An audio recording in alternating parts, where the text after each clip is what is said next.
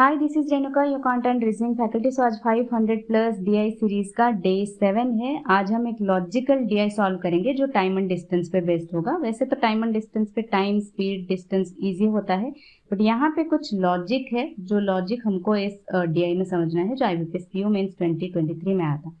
और इससे पहले आईबीपीएस पीओ मेंस 2024 तक के जो डीआई थे वो हमने सॉल्व किया हुआ है। अगर आपने नहीं देखा है तो प्लेलिस्ट से जाकर बाकी के क्लासेस अटेंड कर सकते हो।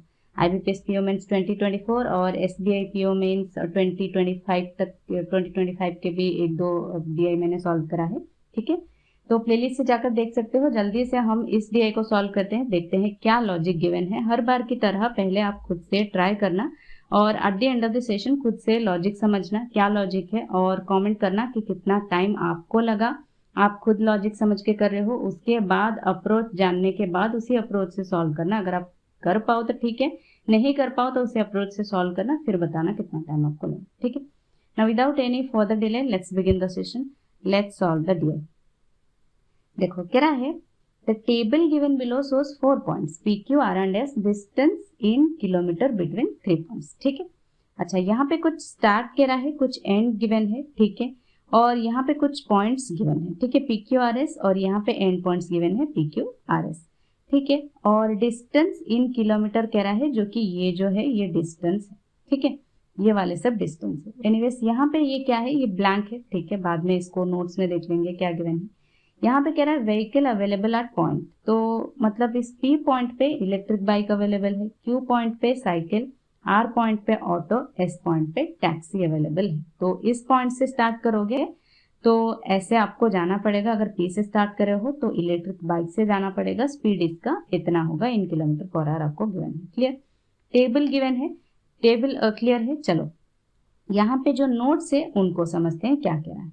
ये जो है, जो मैंने यहाँ पे कहा ब्लैंक गिवन है, तो इसका मतलब कह रहा है means there is no direct route between 2 points. In order to reach a point which is directly reachable, the vehicle to go to a reachable point, counting the 2 points not directly reachable, and then to desired point. ठीक है, तो इसका क्या मतलब है, कह रहा है, इसका मतलब ये कह रहा है there is no direct route between 2 points. अगर इसका ये मतलब है तो मतलब P से R तक का कोई डायरेक्ट रूट नहीं है, Q से R तक आप नहीं जा सकते हो। ठीक है, S से Q तक नहीं जा सकते हो, डायरेक्ट रूट नहीं है। In order to reach a point which is directly reachable, the vehicle to go to reachable point and then to desired point, counting the 2 points not directly reachable. तो इसका पहले मतलब समझो क्या कह रहा है। अगर आपको मैं कहूँ कि R से आपको जाना है S तक, ठीक है, जो यहाँ पे गिवन नहीं है, तो आप कैसे जाओगे। पहले आप P से, ठीक है, R से क्या जाओगे, R से जाओगे P तक, ठीक है, जो कि 280 है। R से S तक जाने के लिए आपको क्या जाना पड़ेगा, R से P तक जाना पड़ेगा विच इज 280, फिर P से S तक जाना पड़ेगा विच इज 240 किलोमीटर। तो इतना किलोमीटर आपको कवर करना पड़ेगा to reach to reach from R to S। Clear, इसका ये मतलब है डिफरेंट जो है आप reach to vehicle go to direct route नहीं है, तो आपको ये डिस्टेंस लेके जाना पड़ेगा डिफरेंट रूट से। ठीक है, चलो नेक्स्ट देखते हैं, नेक्स्ट पॉइंट क्या कह रहा है। If the starting point is x and end point is y, it means the distance while travelling from point x to y is given.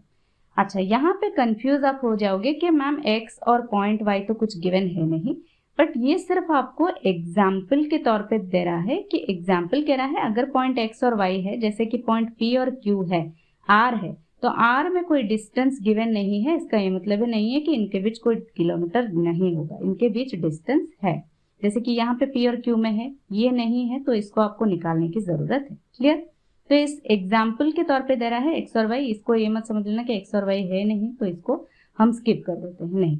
ठीक है, इसका ये मतलब है। चलो next, the distance covered while traveling from point x towards point y may be different from the distance covered while traveling from point y towards point x because of the different routes taken।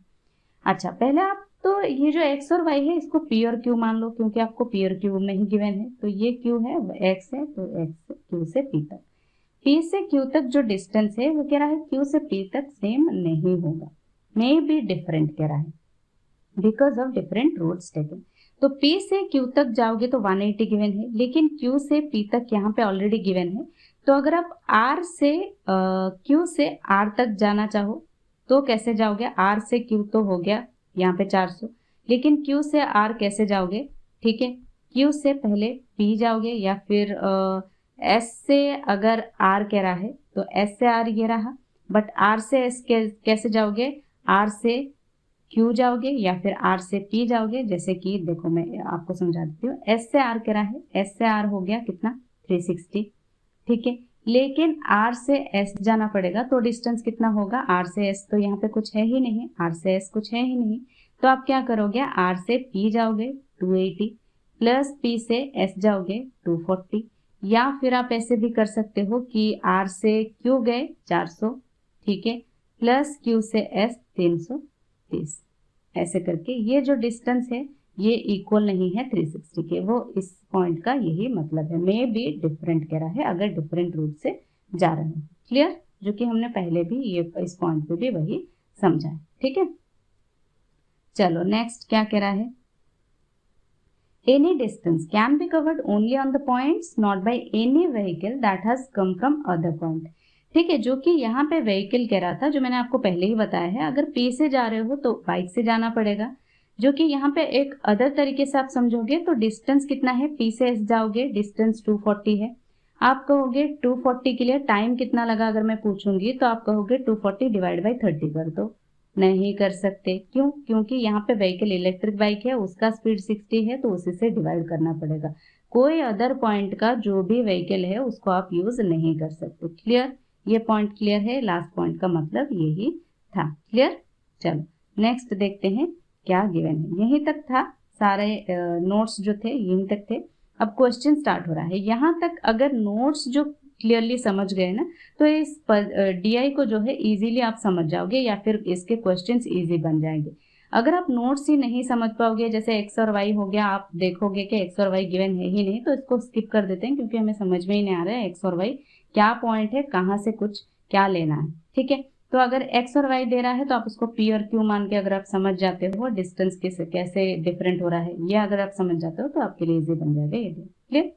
चलो question 1 से हम start करते हैं। क्या कह रहा है देखो, total money spent from point P to Q and from point Q to S is 5820. If the fare per kilometer of an electric bike is 40% more than that of a cycle, what will be the fare from point P to S? ठीक है, पहले तो ये कह रहा है P to Q, ठीक है, और Q to S कह रहा है। ठीक है, इलेक्ट्रिक बाइक, ये रहा electric bike, 40% more than cycle.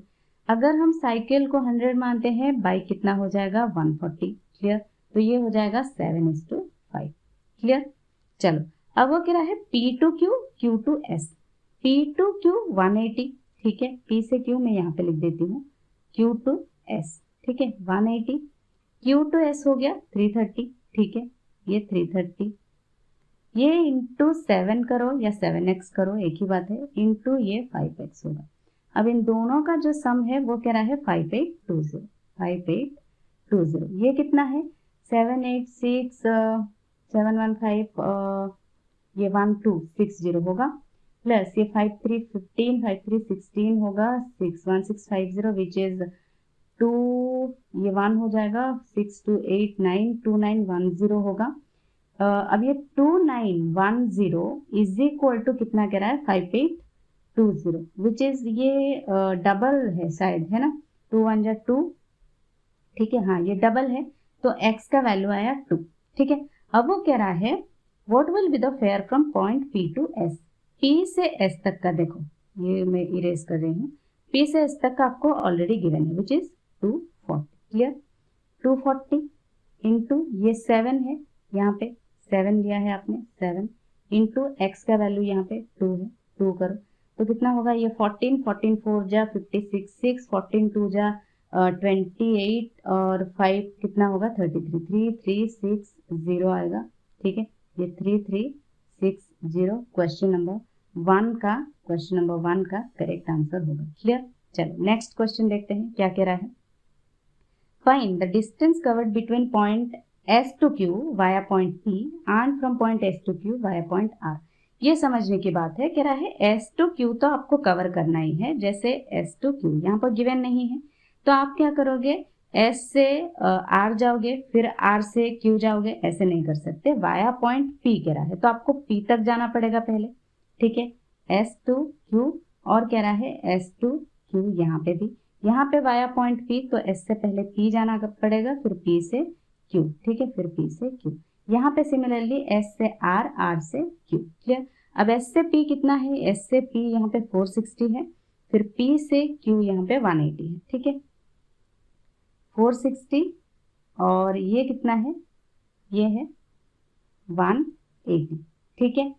और क्या है, यहाँ पे एस से आर कितना है, देखो एस से आर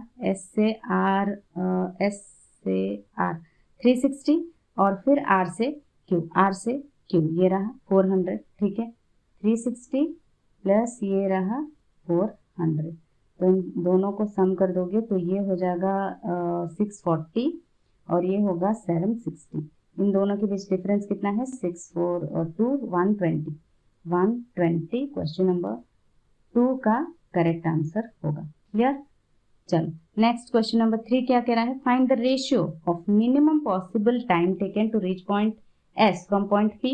अच्छा, पी से एस तक मिनिमम टाइम कह रहा है to the maximum possible time taken to reach point S from point P. अच्छा, पी से एस तक अगेन कह रहा है मैक्सिमम टाइम में जो डिस्टेंस है, सॉरी रेशियो है वो हमें निकालना है, बट टाइम कैसे निकलेगा, डिस्टेंस बाय स्पीड।